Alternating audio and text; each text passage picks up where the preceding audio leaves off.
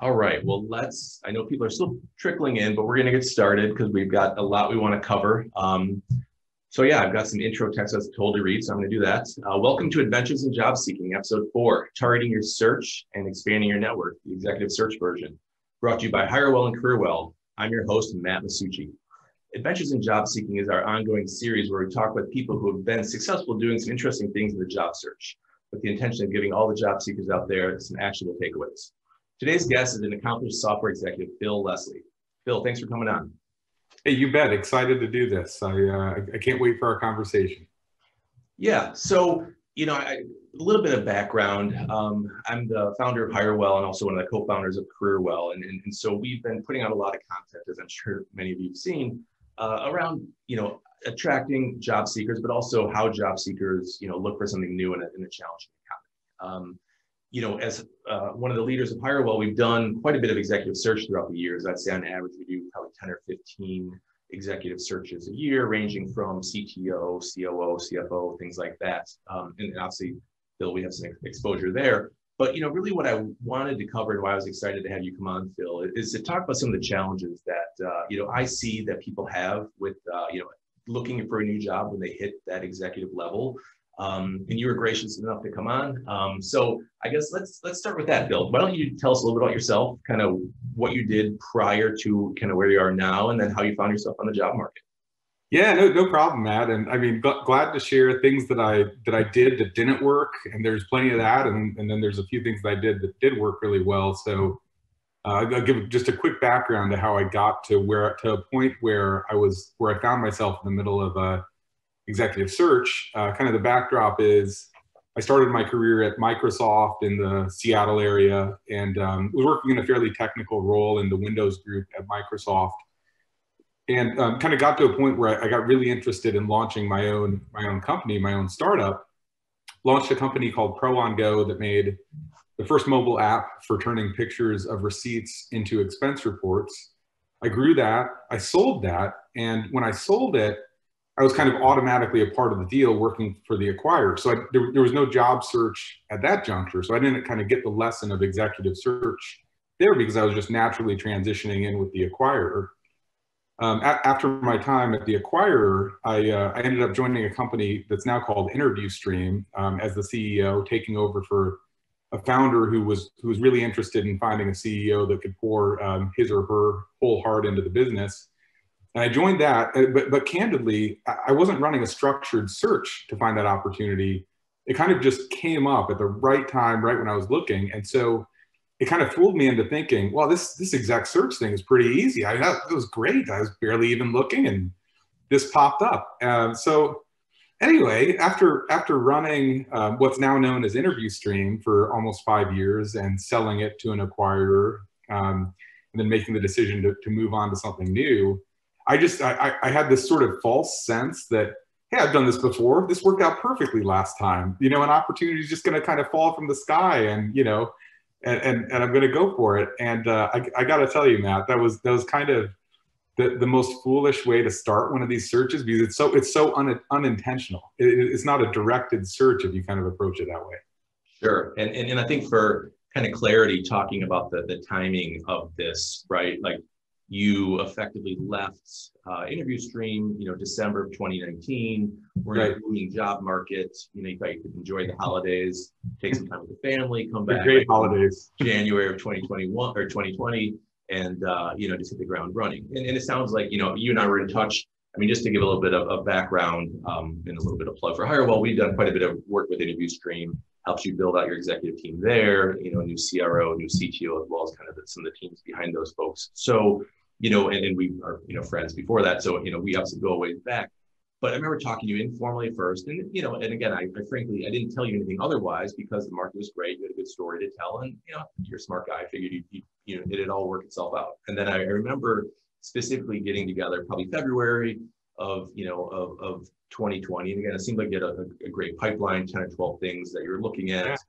And then, March 12th or whatever hits and we have this lockdown where the job market and especially the executive search market came to a screeching halt. And I think that was a really a challenging thing where it's hard enough looking for a job at the executive level. And I define executive level rather loosely. It can be frankly anything from a senior director at a Fortune 500 company to C-level at kind of any sort of an organization.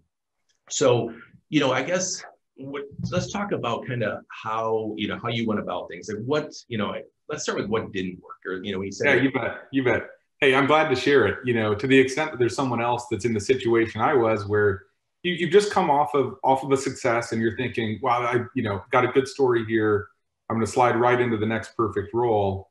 I'll just share a couple of things that absolutely did not work. A couple of things that I tried, just kind of, when I got into the mode of, okay, now I'm actively searching. I'm going to call this kind of the lazy approach, but I started just kind of poking around on LinkedIn for executive level openings that kind of piqued my interest. And, there was a decent flow. I'm not sure that it was a quantity problem in February of this year. There were interesting opportunities there.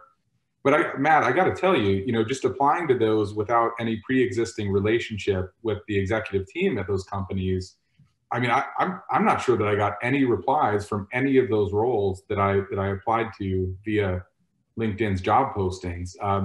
And that was a real wake-up call, because I just kind of naturally thought, these companies that are going to all the trouble to post these executive roles, I'm gonna pop in, I'm gonna apply, I'm gonna tell my story, and this is gonna be the beginning of some great conversations. And candidly, it really wasn't. So that aspect definitely did not go. I've got plenty of failures to describe. That did not go well. Sure. And I think that's an interesting part to discuss. And you said something when we were prepping for this that stuck out to me, right? Where you use kind of your own personal experiences as the barometer, right? If you were hiring, I guess let's talk first about what you're looking for. You had a fairly focused, target. You're looking for, kind of a early to mid stage, SaaS-based company, either number one or number two spots. Yeah. Right? I think that was generally. Yeah. I'm a B2B software as a service guy. I just love it. I guess we each have our passions, and that's mine in the business front. So I love B2B SaaS. My family is very much anchored in Chicago. Chicago's home. I'm not moving to San Francisco, New York, Boston, or anywhere else. So this is home. And I was kind of looking at either angel backed or venture backed, Series A, Series B, something around that sort of stage. And that was sort of my target. And yes, although I don't want to get too hung up on it, the number one or the number two job. Yes. Sure. And I think, anybody going through a job search, having that target of what you're looking for is important, right? You want to have parameters. If it's too broad, it becomes unmanageable, and it just becomes really hard to go after. Yeah, absolutely. It's just like if we were prospecting for customers in any business, literally any business. When you hear about a business that has this super crisp, well-defined target market, they kind of, they know who they're looking for and who they think they can help. And that less is more attitude towards the focus, whether we're talking about executive search or about a sales funnel, that means a lot in terms of the success that you're likely to have, I think. Yeah.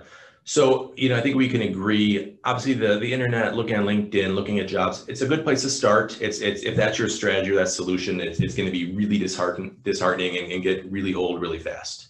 At a minimum, it can be a nice lead source because you know who is actively hiring for something, and of course you have to do it. So you need to do whatever it takes, whether it's setting up alerts or anything to just make sure they're coming into your inbox every day, and that can be sort of the top of the funnel things to look at. But from there, right, you absolutely need a connection at these different places.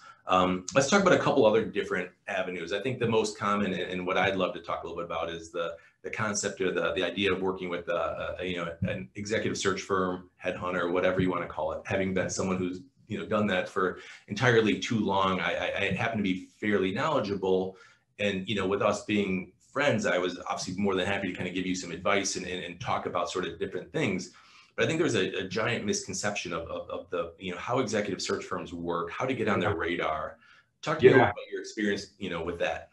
I think there is a huge misconception, and I was one of the people holding that misconception. I mean, we had worked together when I was on the hiring end of executive search, and kind of my experience on that end was, okay, there's going to be all of these candidates, and HireWell is going to help vet them to a point where there's some finalists that I really should talk with and really seriously consider for the executive position we're hiring for. So I had experienced it from that side, and I kind of thought that I understood how executive search worked because I had experienced that side. But on the candidate side, it feels very different to me. And kind of the way I'll describe it is that, as a candidate, you could kind of build relationships with a number of sort of boutique and executive search firms. But if they don't happen to have a role open that is like perfectly tailored for what you happen to be searching for, that's going to be a relationship that it could take months or years to turn into something where there's an opportunity that's interesting for you. And it just kind of hadn't occurred to me that from sort of a math perspective, when Hirewell sets out to run an executive search for a company, I mean, I know you all routinely are able to identify 100, 200, maybe 300 candidates for an executive search role. And I'm sure you appreciate it when a candidate reaches out to you and says, hey, I'm interested in a CTO role in such and such a type of company. But I just think that the math is stacked against the candidate's favor if your primary approach is to call a few friends that run executive search firms and to hope that they happen to be looking for exactly you at exactly that time.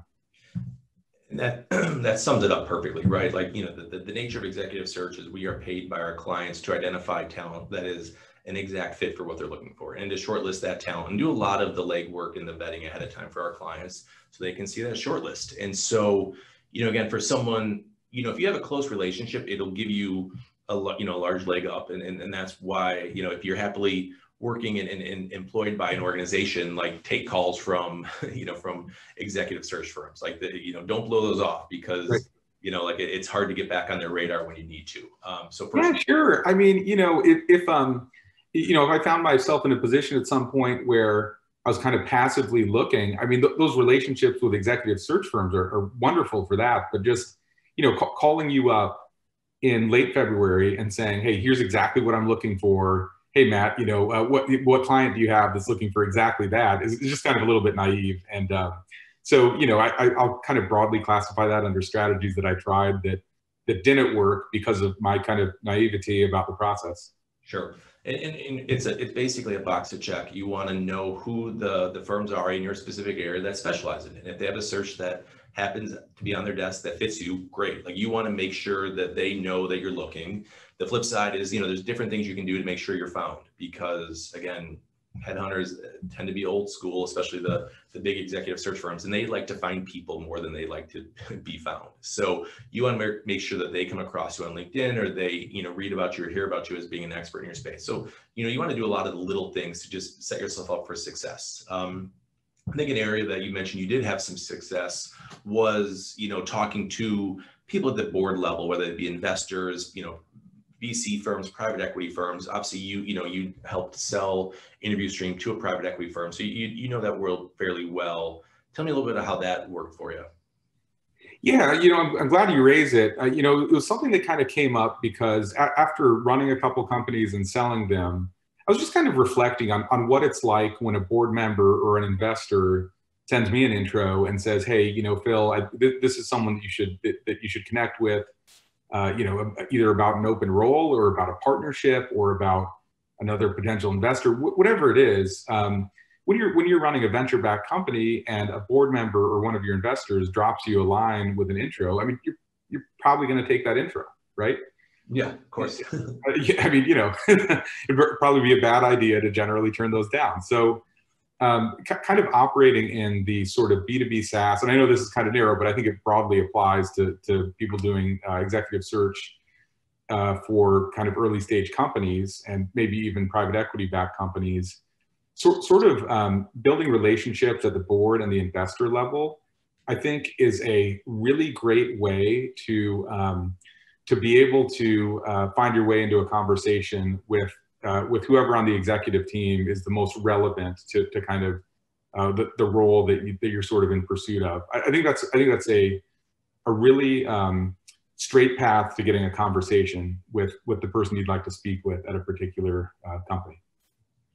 Yeah, I think it's an interesting one. And it, obviously you have to go, like, the concept of targeting your search and trying to make connections and networking is you want to talk to people who have, you know, in their view, you know, like a portfolio of companies, right? Which is why Absolutely. VC firms are so great is that, Yeah. you know, these different organizations will have, you know, they'll typically be on the board, they'll have an extremely vested interest in the success of these organizations, and they'll know kind of what their growth plans look like. And that's kind of one way to find one of those, you know, the quote unquote, you know, hidden job market. Like the key with executive search is always finding something, you know, before it's even a fully baked idea, so you can kind of help them understand. Absolutely. And I think that's a really unfair competitive advantage to have against other job seekers, is to, you know, have had a conversation with an investor or a board member where, you know, they're able to offer perspective about not only what roles happen to be open in portfolio companies currently, but kind of emerging trends that they have about particular portfolio companies or companies that they're on the board of, where they see a need that is now arising. And I think being able to surface yourself as a candidate in a situation where the company is just sort of beginning to embark on finding the right executive to join the team, I think that's a really special way to get involved in the process. And boy, it's going to be pretty hard to remember the candidate that came through that route early on and had kind of a unique level of insight into the company strategy and situation. I think that's a great place to be as a candidate, instead of being someone that's applying to LinkedIn, you know, much later in the process, applying on LinkedIn to an opening. Absolutely. So when we were prepping for this, you mentioned the concept of you know, continuity equals, you know, opportunity. Talk a little bit more about what you meant by that. Sure, glad to. You know, something that kind of part of my story is that when I was running Interview Stream, I was so heads down on kind of meeting our operating goals and helping that organization achieve the milestones that it needed to, that I kind of candidly, I cut off a lot of the part of my professional life that involved networking and mentoring and being on boards of advisors, et cetera. And I was just heads down operating the company. And you know, that lack of continuity with people in my network that are generally glad to help and generally glad to at least cheer me on and connect me with potential opportunities. I think that was a big mistake not to kind of keep that going while I was busy operating an Interview Stream. What it kind of felt like when I reemerged after selling the company and then taking off a little bit of time and then thinking about what's next, is I got to tell you, it was a little bit awkward to drop notes to people that I candidly, in some cases, hadn't spoken with in 4 or 5 years, and to say, hey, just catching you up, here's like the whole story of what I've been doing for a half a decade, and hey, sorry it's taking me this long to bring you up to speed, and here's what I think is next for me. I mean, that's a little awkward, and kind of for good reason. And there's no valid reason for not sort of nurturing my network during that phase of my career. And I would really urge anyone that's in a role where, you know, they're satisfied and things are good, but they can see on the horizon that they might have a change to make in the next couple of years. I would just urge you to begin activating your network, not necessarily under the premise of a job search, but sort of thinking about, you know, sort of the funnel of who you have relationships with that you think might be interested and willing to help you when that transition comes up, and sort of get kind of some airtime with them about how your professional career is evolving. It'll make it a lot easier when it's time. Yeah, you know, you're by no means alone. I talk to people all the time. I think people are more often the way you described yourself than the other way around, with the natural networkers. And I think that's, it doesn't, I mean, it's natural. I mean, you're working hard, you're focusing on the kind of the task at hand and the you know, and success in your job. Like clearly that is, you know, priority numbers, you know, 1 through 3 from a professional perspective. But like the best ones are able to kind of keep basically, you know, their eyes on kind of what they're doing day to day, but then, you know, nurture those networks. And you mentioned a couple of things that I think, you know, stood out, whether, you know, the mentorship or the advisory boards. Like, I mean, those are great things to do. And, you know, and then the nice thing, I mean, we're obviously in Chicago, there's a number of, you know, there's a vibrant kind of startup tech community. I mean, right. You guys got your start at 1871, I believe, right? I started, when I was running Pro on Go, we were one of the first tenants at 1871. Sure. And then it was Tech Nexus when you like, that's where interview was. Spent a lot of time at Tech Nexus, spent a lot of time at the, at IIT in their kind of incubator space, spent some time in the Polsky Center at University of Chicago. So yeah, you know, I've been in some of those vibrant sort of environments where there's an abundance of mentorship opportunities. And, you know, maybe that even sounds too formal. You know, I'm talking even just knowing the companies that are around you, that are in the area, and, you know, catching up for either, I guess in these times, a virtual coffee or something like that, and just maintaining that relationship and helping each other in your current roles, which I think is a great start towards helping each other in the next step of your career when you're looking for something. Yeah, and listen, like these things are hard in any sort of a market, right? You know, if it was a year ago and the job market was booming, it still can be a little bit challenging. If you've let your network slide and you haven't really, you know, tended to it like you should have, it can be tough to get back into it.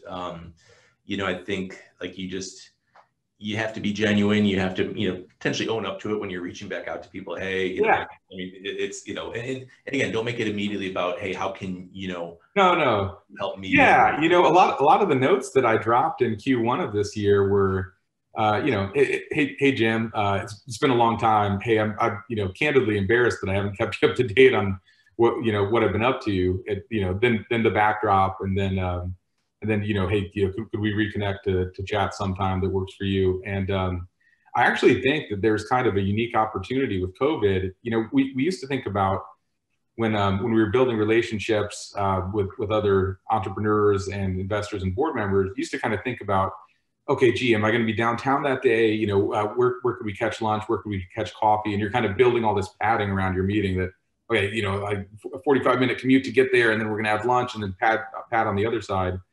Networking during COVID is, you know, actually pretty dang time efficient, you know, over Zoom. I mean, yes, it lacks a little bit of the special feel of you know, sitting around over a cup of coffee together, but I actually think it's a great environment for networking these days. Yeah, I agree. I mean, it can be tricky. I think it's, you know, you need some tact when you do it. You need a little bit of a plan. You need strong messaging. Like these are all things to think about.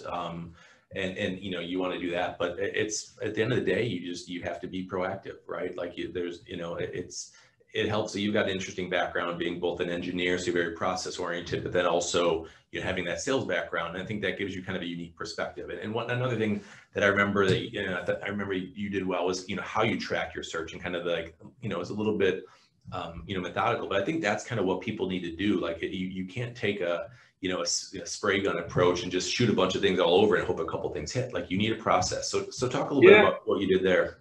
Yeah. I mean, it's what I did might feel a little bit geeky, but if you step back, you're going to hear a lot of things that sound very similar to when you're running a sales funnel.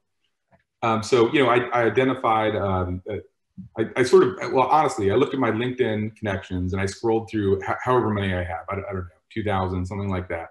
I scrolled through the whole list, and I thought about who in my network I felt like I had not done a good job building a relationship with, that I thought would be good to reconnect with in the context of things going on in my career.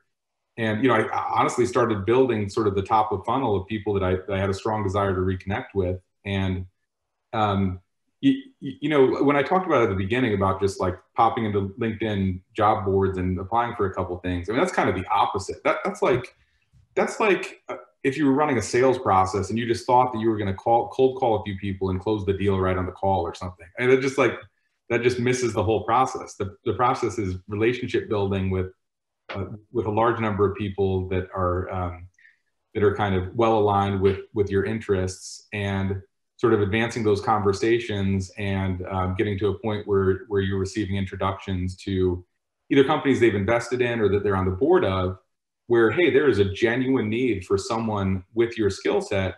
And based on what you told me, I think you could really be a fit for this. And so, you know, I went from having, I don't know, maybe a list of 100 people that I really wanted to reconnect with, to a situation where I had heard of maybe 25 opportunities that were, hey, Phil, you ought to at least look at this, or at least have a conversation with these guys over here, to, you know, maybe 10 opportunities where I had that conversation and said, yeah, this is really intriguing. I'd like to put some more muscle into figuring out if there's a mutual fit here.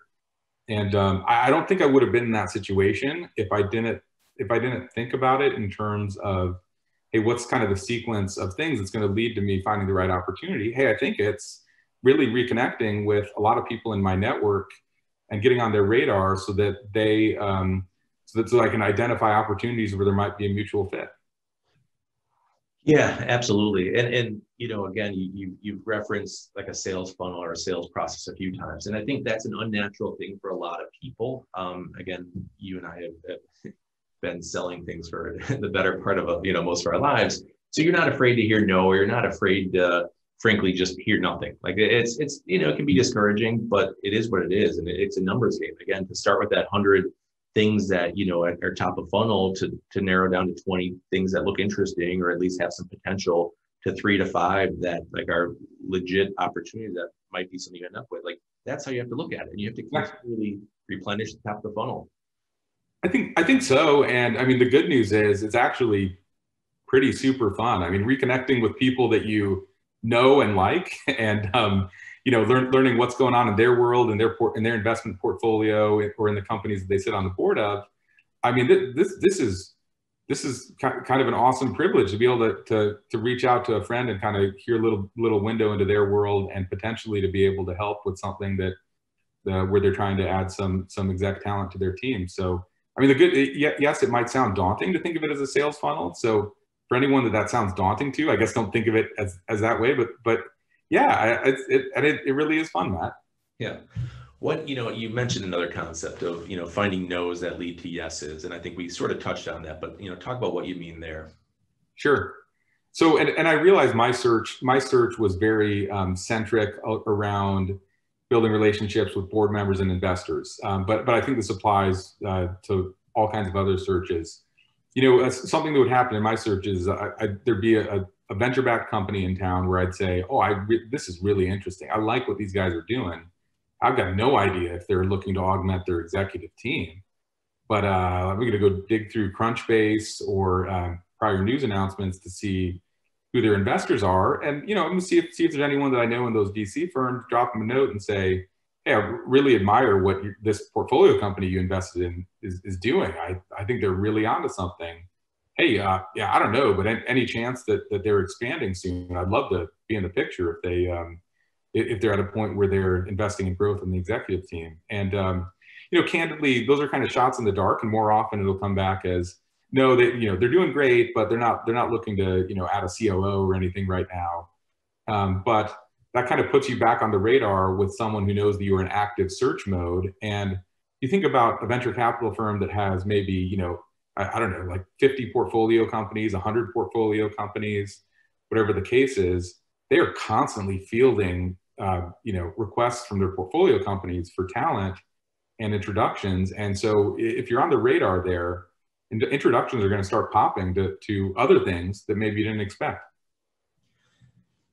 Yeah, no, I think that's, a key thing. And like, as you said, I mean, like the way you termed it, finding no's that lead to yeses is absolutely it. Like, you don't know how you're going to get to where you want to get to, but by having conversations with smart people that are in interesting positions to, to drive change or influence decisions is how you ultimately get there. And I think that's an important thing to look at.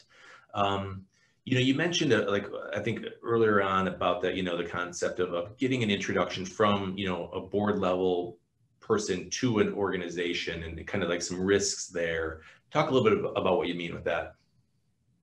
Sure. Well, we talked earlier about how the CEO of a venture-backed portfolio company is super likely to take a conversation that a board member passes along, right? When a board member drops a note to the CEO saying, hey, here's someone really interesting for you to meet with that I think could be a fit for such and such in your company, I mean, you can bet that's a conversation that's very likely to happen. What you don't necessarily know is the context behind the scenes, right? Is that operator, that person that's currently running that portfolio company, are they kind of in a spot where they're, sort of in a difficult spot where they've been missing projections or something like that, and they're kind of in the hot seat? Or is there this really collaborative relationship between the CEO and the investors where, recommendations from either side are flowing freely and are well received. So a little bit of context gathering, both prior to the introduction and just very solid listening during that initial conversation, I think is a huge clue to whether there's actually an opportunity or whether the meeting was just taken as a courtesy. And I mean, that's real, right? So, I think that's a really important filter in terms of thinking about whether there's an opportunity that's really there. Yeah, and I think a lot of it comes down to the role that you're looking at or you're talking about. Like if it's something that can be, revenue generating or adding to the top line or, things like that, like there can be a lot more, there can be a lot more sort of flexibility, or maybe there's not like a for sure need, but there could be, right? Like, and I always talk about kind of like understanding, looking at the organizational structure of the company, right? Like, so, a lot of companies that you think about how they evolve, like the first, 5 or 10 people, it's basically like the CEO or founder, and then kind of, 1 or 2 people per function and no real leadership. So, there's so much, information out there between LinkedIn or, Crunchbase or all these different things that can really do research on these organizations. And you can kind of sort of look at that and use some prior, judgment or kind of prior sort of knowledge and use that to kind of guide like, hey, maybe this could be where I could help. Or I totally agree. I mean, between LinkedIn and Crunchbase, you can kind of tease out what the org chart probably looks like at any particular company, at any particular venture-backed or angel-backed company. You can take a pretty good shot at it externally, even if you don't know anyone. And one of the things to kind of I think be aware of is like a lot of times you'll see a venture-backed startup or especially angel-backed startup where there's a CMO, maybe there's a CRO, maybe there's a CTO, and you sort of take a peek at the LinkedIn profiles, and it ends up feeling more like, hey, this person that's currently in the CMO role, as 18 months ago was primarily building content. And so this might be, CMO in title only or CTO in title only, et cetera.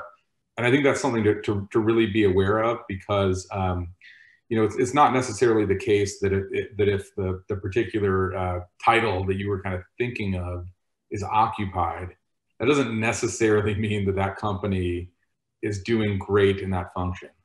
Yeah, and that's an interesting point. It's challenging, and I think that kind of lines up with that last point you made about sort of knowing the situation and is this a real need or are they taking the meeting just as a favor?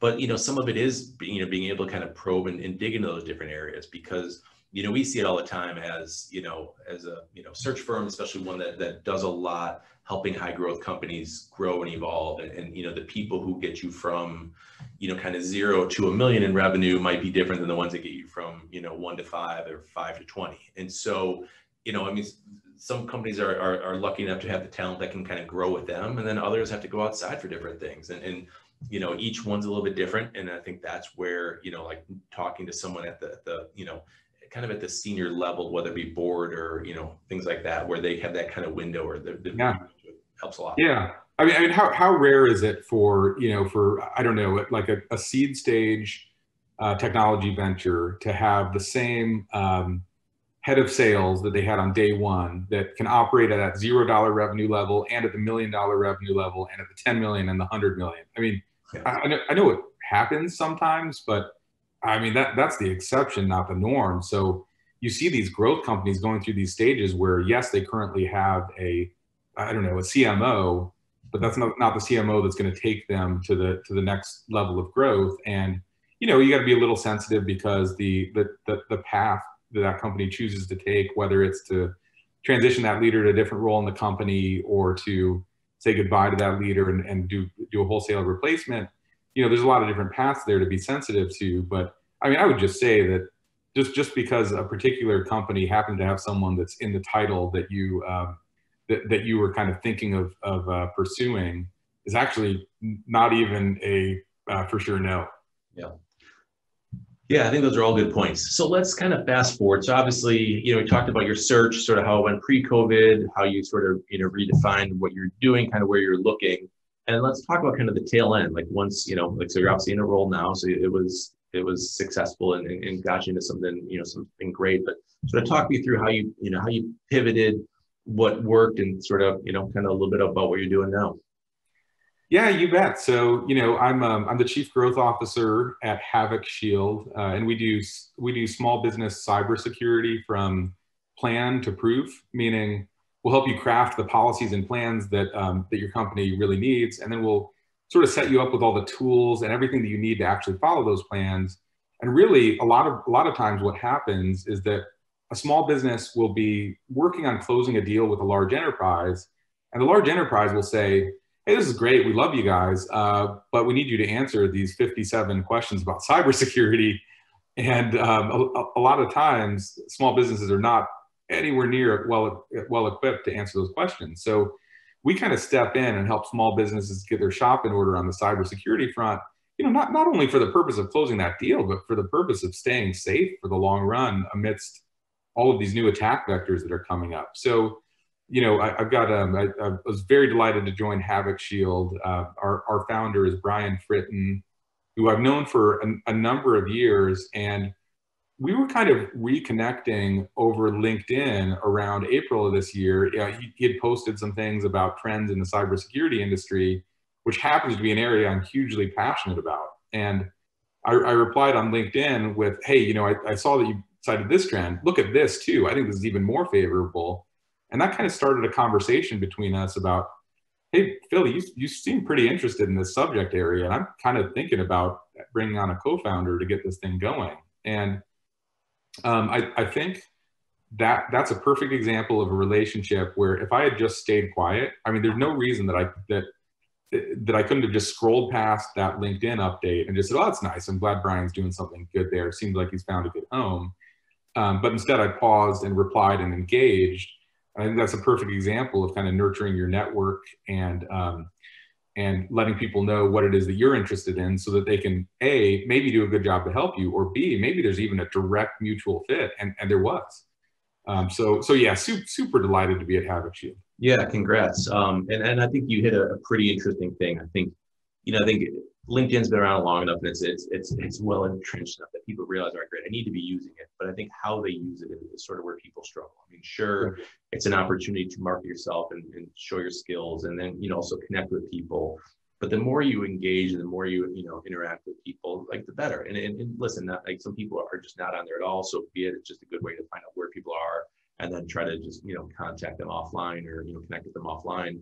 But for those that are active on it, like take advantage of it. It's a good way to build professional identity, kind of to show some expertise in a space. And listen, I mean, again, if you're full-time in a job, it's very understandable that like you don't have an hour a day to be on LinkedIn, but you do have an hour a week. And I think that's like a main thing. And those are things, just some small things you could be doing. And again, it raises your profile. And the whole concept is having people, like the way you find jobs, is having people find you when they're looking for someone like your background. I mean, again, having been someone who's been a headhunter for 20 years, like I happen to have a very good memory of people and where they're at and what they're doing. But it's still nice to have your memory jogged by something like that. Like, oh yeah. Oh, absolutely. I mean, even just over the past couple of weeks, we've been looking to augment our team. Things are going well at Havoc Shield, and we're really starting to pick up on hiring. And there's someone that we were very seriously considering for a crucial role in our company that honestly I had not thought of this person in 3 years. Haven't seen this person in 3 years, and candidly just hadn't thought of them. And this person wrote a really phenomenal blog post on LinkedIn that was kind of a window into their world that also revealed that, hey, I'm also looking for the next thing, and here's what the next thing looks like. And just dropped a casual reply, and here we are deep in conversation about whether that person is going to be the right fit for this particular role. So I've benefited from it on both sides. One other kind of quick story I want to tell is when we were talking about doing this, you like sort of what triggered this was you shot me a note. So again, you'd engaged, back at Interview Stream, you'd engaged HireWell to help you with your CTO. And I think you told the story of like the kind of the 4 finalists. You've been in touch with all of them kind of in one shape or form, including Brian. Brian was someone who, tried to hire. He ended up starting his own firm.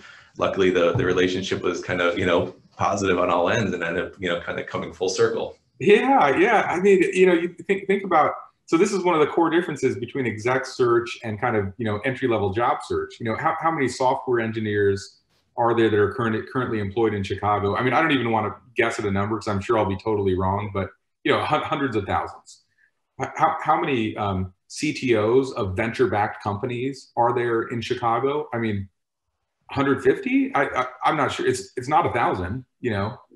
And so those circles are smaller than you think. And yeah, it's been really interesting ever since I've kind of reactivated my network again to keep running into a lot of the same really high quality, high performing people again and again. And yeah, I mean, I won't get into the specifics, but yeah, there are cases where there's people that I met in sort of a job search context that are now customers, that are now mentors, et cetera. And yeah, that's been a real pleasant upside surprise.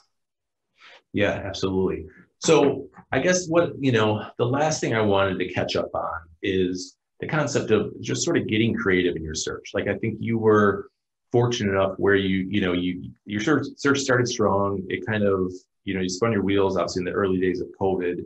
But, unfortunately, there's a lot of people who are still, struggling right now, right? It's not an easy market. I mean, the metrics or the numbers behind anybody going through an executive search, it can take 6 to 12 months to find something new, like even in a good time, right? Yep. So, you have the backdrop of that right now, and it just all bets are off. Like we've seen hiring pick up. We're still probably down, I don't know, 15, 20% year to date, but, it's been slower in the executive search side of things, right? Like where we would probably we'd have kind of 3 or so, at any given time, we've probably done 3 total since, COVID hit.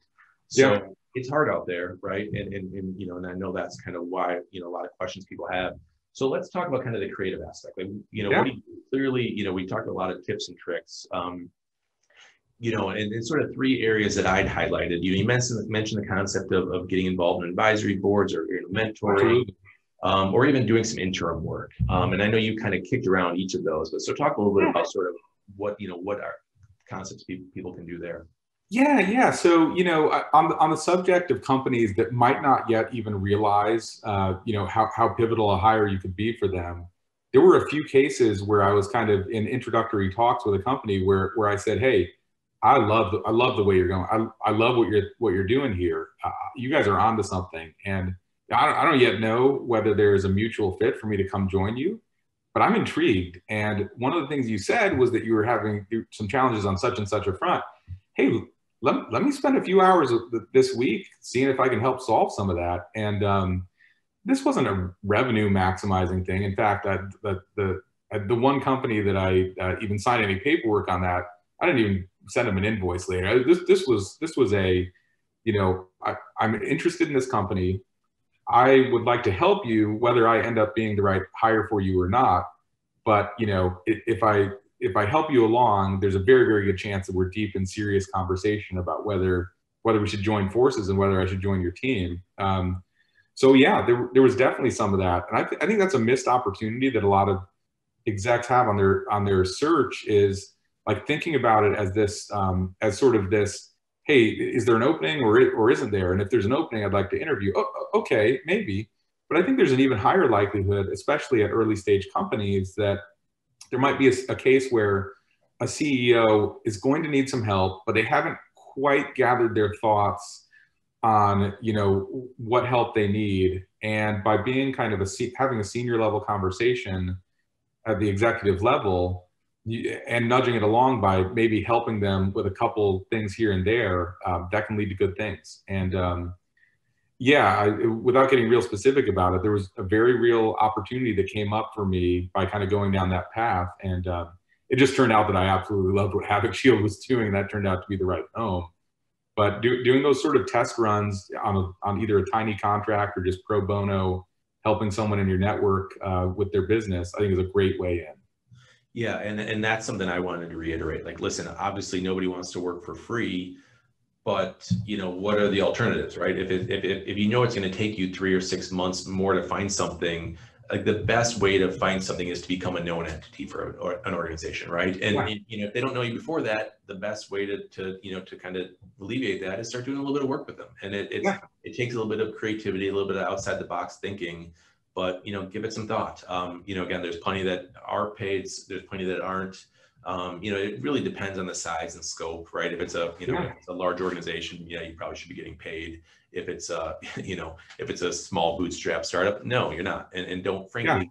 it's almost like you said, I mean, like maybe you worked out an agreement, but you, as you said, you never even invoiced them because, you know, like it just, whatever, like it's a good opportunity. And in a bare minimum, it really, like, it keeps you busy, keeps you engaged, Yeah. keeps you active. Because I think It's like, two-way vetting too. It's two-way vetting. You know, if you're in an introductory conversation with a CEO and you kind of, and you should get to a topic of, hey, you know, what are some of the things that are going great? And then what are some things where you have challenges? If the answer is they have no challenges at all of any kind, then you're probably not an opportunity for you there. But that's not an honest answer. If there, and so when and if there are challenges that CEO is able to describe to you, you know, if you take that back and reflect on it, and there are things that you genuinely have nothing to offer, they're challenges that your experience and interests don't align with them, then forget about it, or, you know, keep the relationship, but don't pursue it as a job opportunity.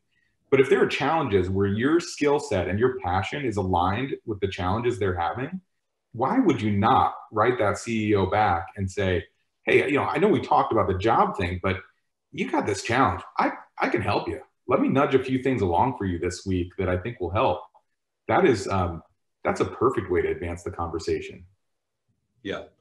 Yeah, it's just, it's, you know, it's something that I think is sometimes lost on people, where they look at it, you know, just like as sort of very, you know, binary choice. Either there's a job or there's not. And, you know, I mean, sure, that's the way it is at some organizations, but most kind of small to mid-sized ones is it's a little bit unsure. Like, you know, it's a little bit of proving yourself, you know, make the business case for what you can bring to the table and how you can add value. So. Yeah. I mean, did Havoc Shield have a position listed as for co-founder and chief growth officer? No. No, there was mutual fit that was identified through good conversation and helping out a little bit here and there on things that I'm really passionate about that the company needed. Mm-hmm. Yeah, it's a definitely a great point. Anything else? Can any other sort of, you know, we're kind of approaching the end of this. Any other kind of general, you know, thoughts or kind of words of wisdom that you'd share? Yeah, I'll just say, you know, in response to one of the questions that came in about, okay, yes, during COVID, there's maybe you get some of that time efficiency when you're working on building relationships with your network, but how do you kind of build trust and build that relationship deeper, given that you're kind of chatting over Zoom?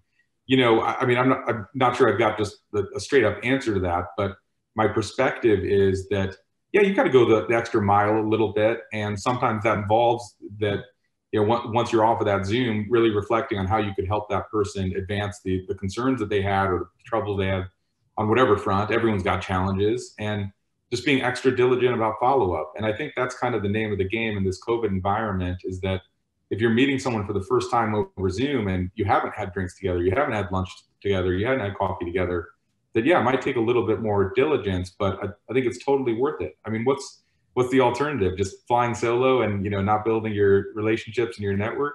So the follow-ups are really crucial right now. And yes, there's still relationships to be built.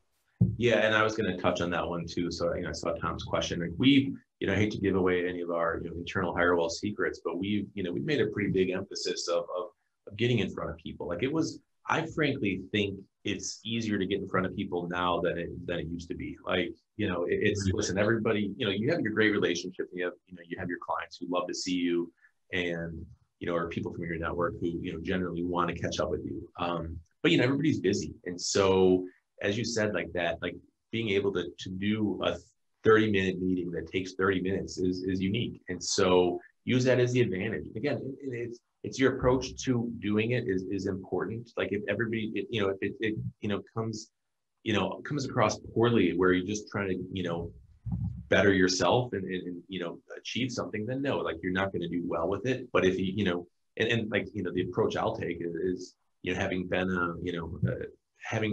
been in this business as long as I have, like, I have the ability to give people some pretty unique insight into the market. So, you know, while we might be trying to drive a business relationship and get them to use us for hiring, I can also give them a window into kind of what we're seeing and who's doing what, kind of what the trends are.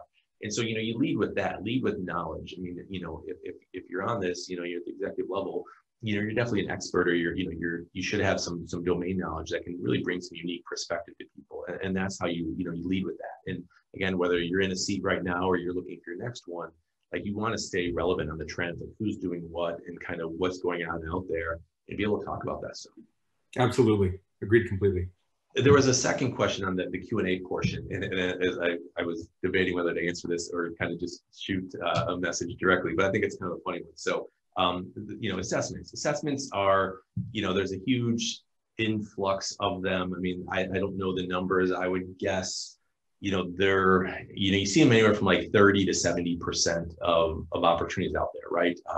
In their assessments are a very broad thing, right? There's culture index, you know, CI, there's PI, there's, you know, Wonderlic. The CCAT was one that was specifically mentioned. So, you know, they're kind of a necessary evil in my mind. I get why companies do them. I would never try to talk someone out of it. I think when they become kind of a you know, sort of a bar you have to exceed, it gets challenging, and that's exactly what the CCAT is. So if you're not familiar with that, CCAT, I forget what it stands for, but it's very much an aptitude, like sort of like the Wonderlic.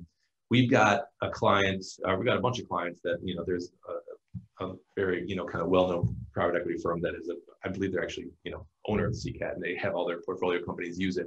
And so, you know, for years we would have, you know, to administer these for candidates who went through the process. And so finally, a handful of us took the CCAT, and, you know, I'm in my mid 40s and I haven't taken a standardized test in, you know, a long time. When I was younger, I was pretty good at them, but I was legitimately nervous because I knew Dawn from my team was going to see my results the moment I hit submit. And so I was terrified. And so it's time-based. I think there's like 45 questions or something. You have 15 minutes, and there's no possible way you're going to finish all the answers. Like it's not going to happen. But you essentially want to guess on, you know, on these different things. And so as there was about 5 minutes left and I realized I was nowhere near finishing, like I legitimately panicked, and like I had this like pang of like fear, like, oh my God, like I, you know, consider myself a fairly intelligent person. I was petrified of, you know, my whole company will make fun of me for failing the CCAT, not being able to achieve the bar that, you know, I know our clients shoot for. Long story short, I did okay. Dawn did beat me, but you know, but you know, to answer the question, like the best thing you do with the CCAT is practice. Like again, if you're like myself or any of those things, like there's the ability, whether you might have to pay or you can do it for free, but just getting in the habit of taking a standardized test is important, and that's half the battle. And we do see people improve. Like we've had a few clients where you can actually take it a second time if you're kind of close. We usually see people go up a couple points. So that's the general advice. It's a necessary evil. It's part of the process. You got to do it, and the best thing you can do is prepare. Did you have to do any of those, Phil? You know, my kind of domain is sort of angel back through Series B, and really most of the roles that I was genuinely digging into were roles that weren't like officially posted as, hey, this company's hiring a COO. It was more like a behind the scenes discussion about there being a potential need at that company. And so it lacked some of the formal feel of, you know, if we were hiring 50 salespeople, you know, would we put them through an assessment? I mean, probably, because at that sort of scale of hiring, you need some things to kind of bring sanity to the process. But in the roles that I was looking at, there were a little more tailored roles that weren't kind of as formal of a hiring process where they were evaluating dozens or hundreds of candidates. So I personally did not run into that in my search, but I totally get that it's out there. Understood. All right. Well, I think that's it. Bill, thanks for joining. Wanted to quick read some outtake text that James gave me. So thanks for listening to Adventures in Job Seeking, part of the Talent Insights podcast. All episodes are available for replay on the HireWell YouTube channel, as well as Talent Insights podcast, which you can subscribe to on all your various podcast channels. So once again, Phil, thanks for joining. Thanks for everybody for tuning in. If you had more questions, please shoot me a note. Happy to answer them, and look forward to seeing you all again soon. Thanks. Thanks, Matt. See you, Phil.